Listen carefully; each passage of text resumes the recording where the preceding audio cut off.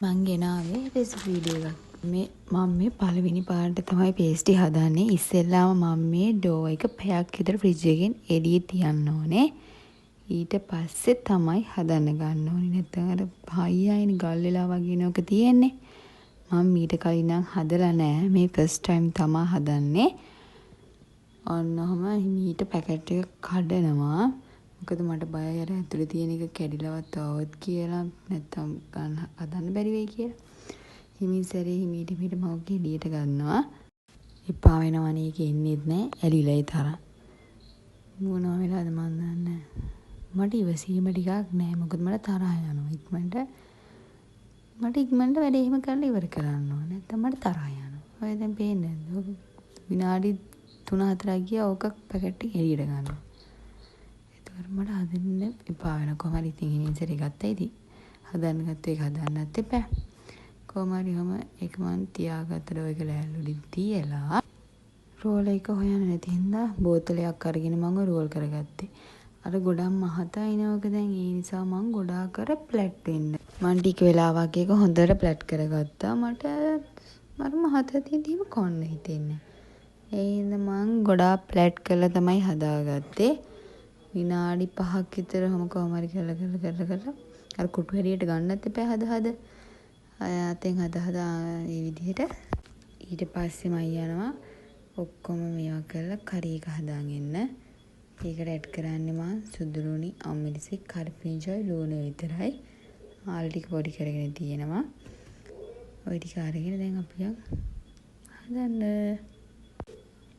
ඊට පස්සේ තෙල් එකත් රත් වෙනකොට සුදුලුණු ටිකක් ඒකට දාලා ආයෙ මම ඒකට දැම්මේ කරපිංචා ඒකම දැම්මම අමු මිරිස් ඊට පස්සේ ලුණු ටික දාලා ඊට කර වෙනකොට තමයි ලුණු ගම්මිරිස් කෑලි මිරිස් ඔය තුන දාන්නේ ඊට පස්සේ ඒක චුට්ටක් කර වෙන්න තියලා තමයි අර ටික දාන්න ඕනි හරි විනාඩි 3ක් වගේ ලිපේ තියලා මන් දී චුට්ටකුත් දැම්මා ඊට පස්සේ හොඳට කලවම් කරගන්න ඕනේ ටික ඔක්කොම ආයි හොඳට කලවම් කරගෙන ලිප ඔෆ් කරලා චුට්ටක් වෙලා නිමෙන්න තියන්න ඕනේ රස්නේ පිටින් බැරි හින්දා මම මේ ෆස්ට් ටයිම් නේ හදන්නේ මොනවා වෙයිද කියන්න දන්නේ නැහැ රස වෙයිද නැද්ද දන්නේ නැහැ ඒ නිසා හදලා බලනවා මොනවා වෙයිද කියන්න බෑනේ මට හිතෙන රසත් වෙයි කියලා මං හදන කෑම හැබැයි හැම එකම වගේ රසයි අර මාළු පා එකක් හදලා පොඩ්ඩක් රස නැති වුණා ඒක විතරයි නැත්තම් මම හදන කෑම හැමෝම කියනවා රසයි කියලා. හරි කොහම හරි ඔක නිවෙන්න තියෙන අතරේ මම අර ඩෝ පිට කැමති ගානට කපා ගන්න ඕනේ. මම ගොඩක් පැත්තලි වෙන්න කියන්නේ අර මොකද්ද ප්ලැට් වෙන විදිහට ගොඩාක් රෝල් මේකෙන් පැත්තලි කරගත්තා. ඊට පස්සේ මට ඕනි ගානට මම කපා ගත්තා. ඊට පස්සේ ඔක මම 10ක් විතර හැදුවද මට මතක නැහැ. කොහොම හරි පොඩියට තමයි මම කපා ගත්තේ. ඊට පස්සේ මිසරේ කපාගෙන අර අපි හදපු අල මිශ්‍රණයෙන් චුට්ට දාලා නමා ගන්න තියෙන්නේ. මම තව ටිකක් ඕක කර ඇද්දා. නැත්තම් මට හිතෙනවා මහතට ආවොත් එහෙම රස නැති වෙයි කියලා. මම අමුවට ආවොත් රස නැති වෙයි කියලා මට හිතෙන නිසා මම ওই චුට්ටක් තව චුට්ටක් පැත්තෙන් ඇද්දි චුට්ටක්. ඊට පස්සේ මිශ්‍රයක දාගත්තා. ඉස්සෙල්ලා මම ඒ ටික හදාගෙන තමයි හිටියේ. මම ඉස්සෙල්ලාම එක පේස්ටි එකක් හදලා oven එකට දාන්න යන්නේ. මොකද හරියට ආවේ නැත්තම් ඔක්කොම හදලා.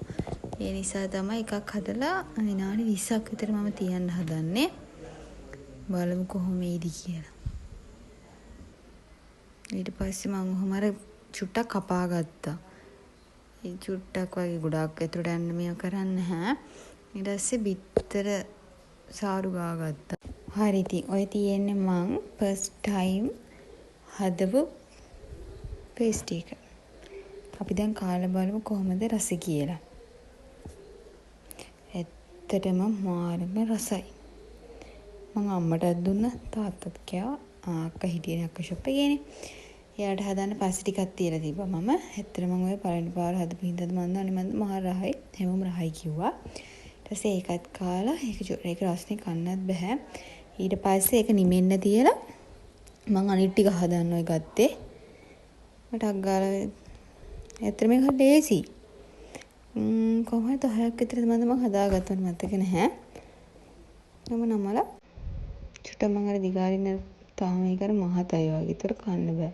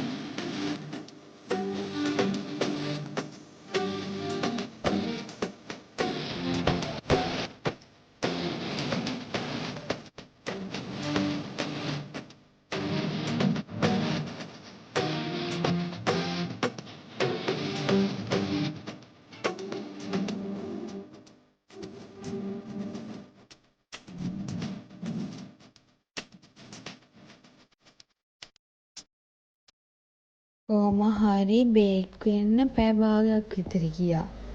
මොකද මං ගෙදර වැඩ වගේක් කර කර හිටියේ. මට ඊට පස්සේ ඒක අමතක වුණා. පැය භාගයක් විතර ගියාට පස්සේ තමයි මට ඒක මතක් වුණේ. හැබැයි ගොඩක් කර වෙලත් නැහැ. ගානට ඇවිල්ලා තිබ්බා.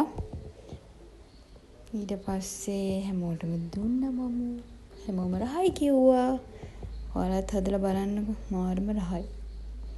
අර හොඳට ක්‍රන්චි ගතියට තියෙනවා. ඔය කන්නත් බෑ තරම් රස්නේ. කොහොම හරි ඉතින් කෑවා. ඔයාලත් හදලා බලන්න. මාරම රහයි. එහෙනම් thank you මගේ vlog එක බැලුවට. bye.